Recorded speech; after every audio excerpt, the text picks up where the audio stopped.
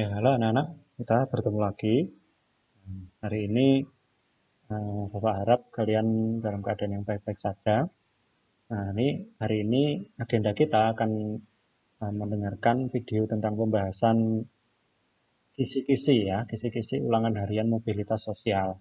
Harapannya dengan melihat video ini nanti kalian bisa sambil belajar ya dan menyiapkan diri kalian untuk nantinya akan mengerjakan soal ulangan harian mobilitas sosial. Saya akan bahas kisi-kisinya, nanti kisi-kisi itulah yang nantinya akan keluar di ulangan harian saya ya. Kita mulai anak-anak ya. Yang pertama, pertanyaannya begini, apa yang harus dilakukan oleh pemerintah Indonesia jika masyarakat Indonesia belum memahami pengetahuan? Jadi kuncinya di pengetahuan ini tentang protokol kesehatan untuk menghindari virus corona atau COVID-19. Nah, jadi kuncinya di pengetahuan anak-anak ya. Kalau belum memahami pengetahuan berarti harus diberitahu. Ya, bagaimana cara memberitahunya? Yang pertama adalah memberi penjelasan, kemudian memberikan sosialisasi. Jadi dijelaskan. Ya, kalau hanya misalnya diberi denda itu saya kira kurang kurang tepat ya. Atau misalnya eh, ditambah jam malam, nah itu kurang tepat karena sebenarnya yang menjadi titik permasalahan itu adalah masyarakat belum punya pengetahuan yang cukup. Tuh. Sehingga inilah yang nantinya bisa diminta untuk diberikan kepada masyarakat. Yang terakhir adalah informasinya harus sederhana dan mudah dipahami. Baik, yang kedua, sebutkan contoh mobilitas sosial vertikal yang ke atas ya atau climbing, naik. Jadi mobilitas sosial itu adalah pergerakan di dalam masyarakat ya, yang bergerak itu statusnya ya, status atau peran masyarakat. Nah, di sini kalau misalnya vertikal ya, maka contohnya adalah ketika misalnya Anda barusan naik kelas ya dari kelas 7 menjadi kelas 8, itu adalah contoh pergeseran atau mobilitas sosial vertikal yang ke atas. Yang kedua contohnya adalah karyawan biasa menjadi seorang manajer. Nah, ini kan statusnya dia berpindah ya, bergeser dari lapisan yang di bawah menuju lapisan yang ke atas. Inilah yang disebut dengan mobilitas sosial vertikal yang climbing ya atau naik. Pertanyaan kedua, sebutkan contoh organisasi profesi sebagai sarana saluran mobilitas sosial. Jadi untuk mencapai sebuah status tertentu supaya kita bisa apa ya status kita bisa naik ya bisa berubah maka yang pertama ada beberapa saluran-saluran ya tempat untuk kita bisa mencapai status sosial itu. Yang pertama misalnya adalah Ikatan Akuntan Indonesia. Ini adalah yang profesi ya anak ya, kata kuncinya di profesi. Profesinya apa? Akuntan. Kemudian ID Ikatan Dokter Indonesia yaitu dokter. Nah, disinilah tempat di mana para dokter, para akuntan itu membuat sebuah organisasi yang nantinya membuat sebuah peraturan-peraturan ya, nilai-nilai yang nantinya akan mengikat pada profesi dari akuntan atau dokter itu. Kalau di guru ada yang namanya PGRI ya, Persatuan Guru Republik Indonesia.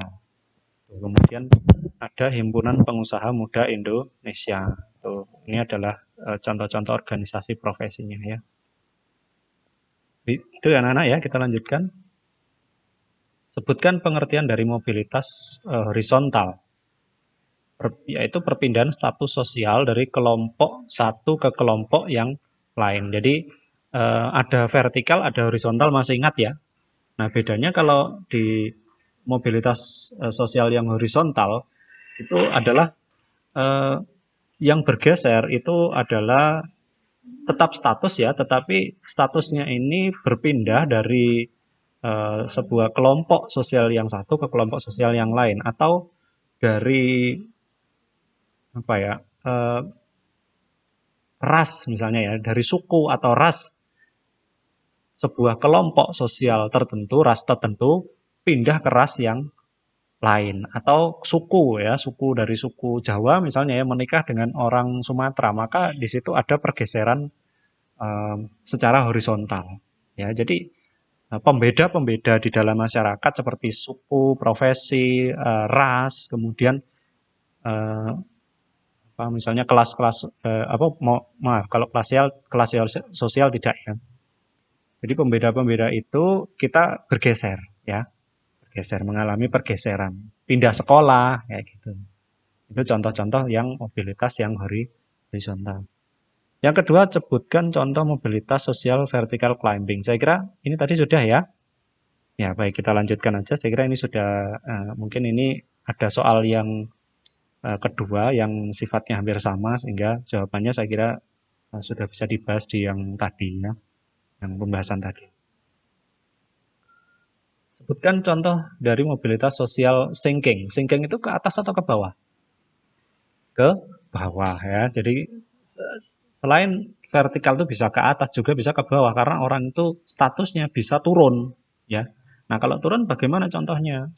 Contohnya ini kepala sekolah turun jabatan menjadi guru biasa karena mungkin kepala sekolah itu diberi apa ya periode ya, ada periode waktunya sehingga dia harus berhenti dari jabatannya kepala sekolah, maka dia bisa turun ya, statusnya menjadi guru biasa, mengajar biasa. Nah, ini adalah contoh yang mobilitas sosial sinking. Yang kedua, polisi dipecat karena melakukan kejahatan. Nah, ini adalah juga contoh dari mobilitas sosial yang sinking. Kita lanjutkan anak-anak. Sebutkan dampak negatif dari mobilitas sosial. Apa dampaknya? Terjadinya konflik. Jadi ketika ada mobilitas sosial, maka biasanya banyak orang itu di sekitarnya itu merasa tidak suka, ya toh. Itu kok diangkat jadi pimpinan sekarang, diangkat jadi manajer misalnya. Padahal saya orang yang lain itu merasa bahwa dirinya itu juga punya apa ya terhadap perusahaan itu berjasa. Kok tidak diangkat? Yang diangkat kok yang itu. Nah, akhirnya ada iri hati, terjadilah konflik. Banyak sekali ketika ada kelas-kelas sosial di dalam masyarakat, kelas sosial yang di bawah itu biasanya tidak menyukai atau punya suatu kecurigaan terhadap kelompok sosial yang berada di atas. Ya, saya kira contoh-contoh di sekitar kita itu sangat banyak. Kemudian gangguan psikologis ya. Nah, karena ada penurunan status maka secara psikologis itu berpengaruh ya. Jadi karena mungkin gajinya turun ya, nah, itu mengakibatkan keluarganya, waduh kok kita biasanya dapat 10 juta misalnya ya, kok sekarang jadi 7 juta ya. Nah, itu sangat sangat berpengaruh dan menjadi gangguan secara psikologis. Solidaritas berkurang. Nah, ini juga ya terkait dengan konflik tadi karena ada iri hati maka orang menjadi atau misalnya gini, setelah menjadi pemimpin dia kok sombong. Nah, sombong itu menjadi dampak negatif dari mobilitas sosial juga. Artinya menjadi iri hati ya. Kita nggak suka dengan orangnya. Dulunya respect ya, ketika menjadi sederajat itu respect, tapi ketika dia naik jabatan, menurut dia pandangan orang lain itu dia menjadi sombong dan itu menimbulkan solidaritas itu menjadi berkurang. Timbul rasa curiga. Hampir sama ya anak-anak ya. Yang kedua, sebutkan budaya yang dapat menghambat mobilitas sosial. Nah, ini. Jadi, pergerakan-pergerakan di dalam masyarakat, ya kelompok masyarakat, ini kan apa ya, kadang juga ada hambatannya ya, tidak serta-merta mulus begitu saja. Ada memang nanti sisi positifnya dan memang diinginkan ya, menjadi orang pemimpin, ya menjadi orang yang statusnya lebih tinggi itu diinginkan ya di dalam masyarakat sebenarnya. Tetapi tidak menutup kemungkinan bahwa masyarakat itu juga menunjukkan penolakan-penolakan. Nah, inilah yang bisa masuk dalam penghambat dari mobilitas sosial. Nah, kalau dari sisi budaya contohnya apa? Nah, misalnya masih membedakan ras, ya, masih membedakan ras. Dulu waktu zaman Belanda sekolah itu hanya dikuasai oleh para apa namanya keturunan Belanda. Nah, sedangkan yang orang pribumi tidak boleh bersekolah. Nah, ini adalah contoh-contoh yang budaya yang menghambat dari mobilitas sosial. Kemudian agama, ya diskriminasi kelas ini hampir sama ya.